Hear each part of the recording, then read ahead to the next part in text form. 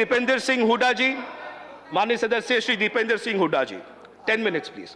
अध्यक्ष महोदय, भाजपा सरकार के लगभग 7 वर्ष के कार्यकाल में अर्थव्यवस्था के क्षेत्र में कथनी और करनी में इस सरकार के बड़ा अंतर रहा है और ये बजट भी उस कथनी और करनी के अंतर को चरितार्थ करता है। आत्मनिर्भर भारत की बात करने वालों ने स्किल डेवलपमेंट का बजट घटाने का काम किया है। संवेदनशीलता की बात करने वालों ने दिव्यांग कल्याण का बजट घटाने का काम किया, तो न्यू इंडिया की बात करने वाले सरकार ने वैज्ञानिक अनुसंधान का बजट घटाने का काम किया है। सबका साथ सबका विकास का नारा देने वाली सरकार ने अल्पसंख्यक कल्याण का बजट घटाने का काम किया है। तो राष्ट्रवाद की बात करने वाली सरकार ने जवानों की पेंशन का बजट घटाने का काम किया। किसानों की आय दुगनी करने की बात करने वाली सरकार ने कृषि बजट घटाने का काम किया है। तो भारत को विश्व गुरु बनाने की बात करने वाली सरकार ने शिक्षा का बजट घटाने का काम किया। मगर ये कथनी और करनी में अंतर केवल इस बजट तक सीमित नहीं है। 7 साल का कार्यकाल इसका गवाह। बड़े बड़े नारे दिए गए। नारा था कि 2 करोड़ रोजगार हर साल देंगे, 14 करोड़ मिल जाने चाहिए थे 7 साल में। मगर यही सरकार है जिसके कार्यकाल में पिछले साल 70 साल में सबसे अधिक बेरोजगारी के दर को सरकारी आंकड़ों के माध्यम से NSSO के सर्वे ने दिखाने का काम किया। मगर 70 साल का केवल अकलौता बेरोजगारी का रिकॉर्ड नहीं तोड़ा। 70 साल में सबसे ज्यादा बेरोजगारी दर हुआ तो आपकी सरकार में। 70 साल में सबसे ज्यादा डीजल पेट्रोल महंगा हुआ तो आपकी सरकार में। 70 साल में डीजल पेट्रोल पे सबसे ज्यादा टैक्स लिया गया, पेट्रोल जीवी सरकार है, तो आपकी सरकार में। 70 साल में रुपया डॉलर के मुकाबले में सबसे नीचे गिरा, सबसे रुपया सस्ता हुआ तो आपकी सरकार में। 70 साल में NPA के माध्यम से बैंक का कर्जा सबसे ज्यादा डूबा गया तो आपकी सरकार में। और 70 साल में गरीब अमीर के बीच में अंतर सबसे ज्यादा बढ़ा तो आपकी सरकार में। 1% सबसे अमीर व्यक्तियों के पास 73% संपत्ति। केवल कोरोना काल में 11 सबसे अमीर जो हिंदुस्तानी हैं उनकी संपत्ति में 13 लाख करोड़ का इजाफा।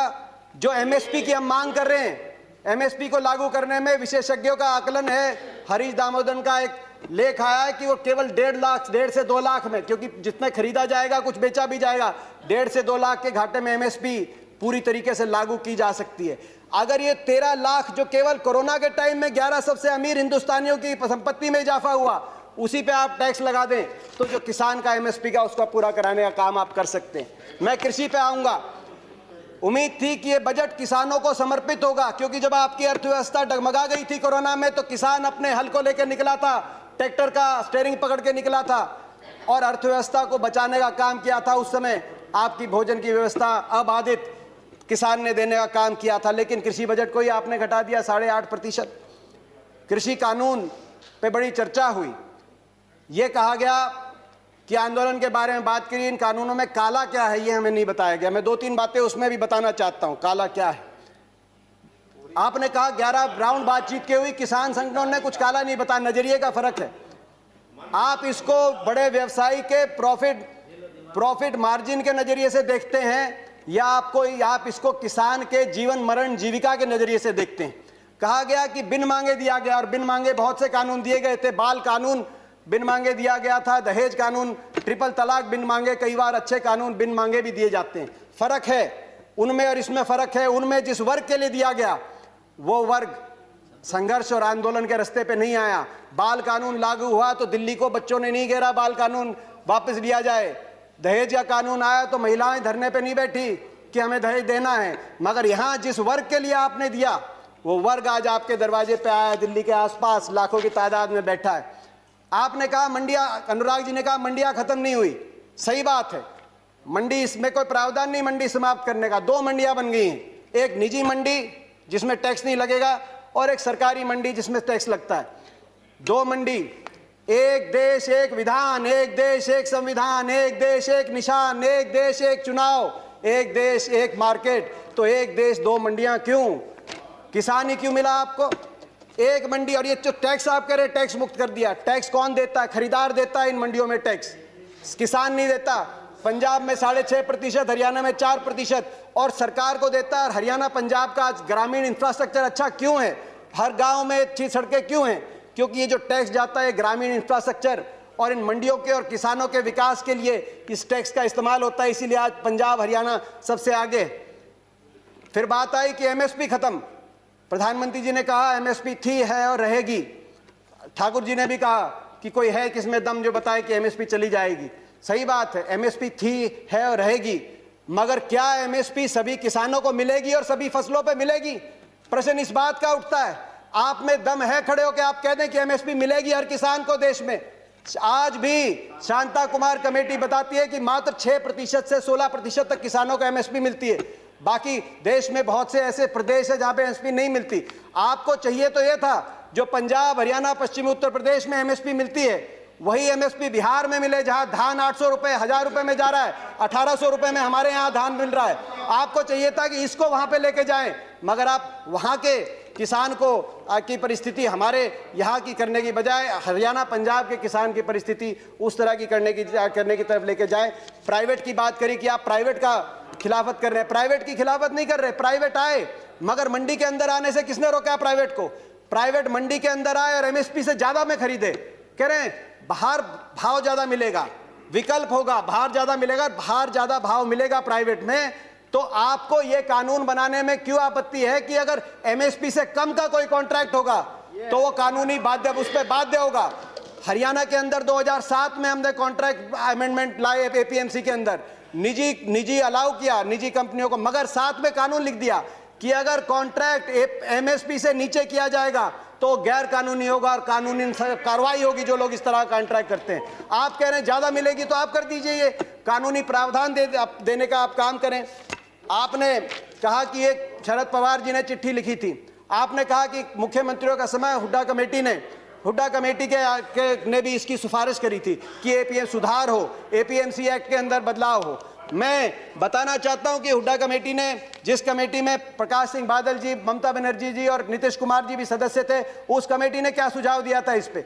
उन्होंने कहा था कि एपीएमसी में सुधार हो मगर एपीएमसी का विस्तार हो। सबसे पहले मंडी, जिस प्रकार से हरियाणा में हर 10 किलोमीटर में मंडी हमने स्थापित करी थी अपनी सरकार में, पूरे देश के अंदर हर 10 किलोमीटर में मंडी बने।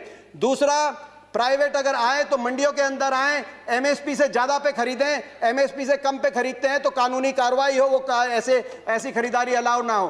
तीसरा, एमएसपी की कैलकुलेशन C2 के आधार पे हो, A2 कॉस्ट नहीं, C2 खर्चे के आधार पे एमएसपी कास्ट हो, जो आज किसानों की सबसे बड़ी मांग है। चौथा, एमएसपी जो चौथे उसमें कहा कि कर्जे का जो दर है वो no discussions please, no cross talk, no cross talk, no cross talk. किसी और की बात रिकॉर्ड पे नहीं जा रही है। दीपेंद्र जी कंटिन्यू। ये सिफारिश थी। मैं एक और बात कहना चाहता हूं। एक बात आई कि ओपन मार्केट, फ्री मार्केट अच्छी है। फ्री मार्केट हर चीज के लिए अच्छी नहीं है। मार्केट, अनियंत्रित मार्केट, किसान को आप अमेरिका का उदाहरण उठा के देखिए। अमेरिका में 1/4 लोग कृषि से जुड़े हुए थे आज से 50-60 साल पहले। फ्री मार्केट लेके आए, आज मात्र 1% अमेरिका की जनसंख्या कृषि पे आधारित है। क्या एक कंसेप्ट आया फ्री मार्केट के बाद? गेट बिग और गेट आउट। छोटा किसान सरवाइव नहीं कर पाया बड़े बड़े धन्नाडों के आगे, बड़े बड़े कॉर्पोरेट प्लेयर्स के आगे। आज अमेरिका के अंदर 450 एकड़ की जोत वाला एवरेज किसान के पास। हिंदुस्तान की तो है किसान की एवरेज जोत आज मात्र 1.7 एकड़ है। हमारी तो 50% आबादी कृषि क्षेत्र पर निमंत्रित है। ये कैसा मुकाबला करेंगे बड़े कॉर्पोरेट्स का? गेट बिग और गेट आउट, ये गेट आउट होंगे तो कहां जाएंगे? क्या हमारी अर्थव्यवस्था अमेरिका की तरह? मैं आखिर में दो अपनी बातें कहते हुए अपनी बात कंक्लूड करना चाहता हूं। बिचौलियों की बात करी कि आपने बिचौलियों से मुक्त करा दिया, कमीशन एजेंट से मुक्त करा दिया। मैं पूछना चाहता हूं इस सदन से, ये जो बड़े बड़े धन्नाड आएंगे, बड़े कॉर्पोरेट हाउस आएंगे, टाटा, बिरला, अदानी, अंबानी, पूर्ति, ये किसकी श्रेणी में आएंगे? बिचौलिए नहीं तो ये क्या किसान की श्रेणी में आएंगे या उपभोक्ता की श्रेणी में आएंगे? ये सबसे ज्यादा अपने मुनाफे को कमाने के लिए बड़े बड़े लोग आएंगे। तो बिचौलियों की आप जो बात कर रहे हैं, आखिर में मैं अपनी बात कंक्लूड करते हुए, प्रधानमंत्री जी ने एक और बात की कि इस आंदोलन में कुछ पवित्र लोग हैं और कुछ अपवित्र लोग हैं। प्रधानमंत्री जी की बात हम मान लेते हैं, कम से कम आप पवित्र लोगों की बात मान लीजिए। आंदोलन में जो पवित्र लोग हैं, अगर आंदोलनकारी पवित्र हैं, पवित्र भावना से अपने हक के लिए बैठे हैं, आप उनकी बात मान लीजिए और इसकी शुरुआत आप दो कदम उठा के उसकी शुरुआत करिए। आप तुरंत, मैं मांग करता हूं बातचीत के दरवाजे को, कि आप भागे थे 11वें राउंड में बातचीत से, 12वीं बातचीत के दरवाजे खोलें। आपकी प्रजा है, अपनी प्रजा की बात मानने से आप छोटे नहीं होंगे, अपनी प्रजा की बात मानने से आपकी हार नहीं होगी। बातचीत के दरवाजे खोलते हुए, और दूसरा, जो 200 लोगों ने, 200 से ज्यादा किसानों ने अपनी जान कुर्बान करी है, उनके परिवारों के लिए आपके लिए सहानुभूति का एक शब्द नहीं निकला। कम से कम उनके परिवारों की मदद के लिए एक पैकेज की घोषणा करके विश्वास बनेगा। हम विश्वास बनाने वाले लोग हैं, विश्वास बनेगा। मैं हाथ जोड़ के आपसे प्रार्थना करता हूं, आपकी प्रजा, आपके लोग हैं, इनकी बात मानिए। आपका बहुत बहुत धन्यवाद। जय हिंद, जय जवान, जय किसान। नहीं, नॉट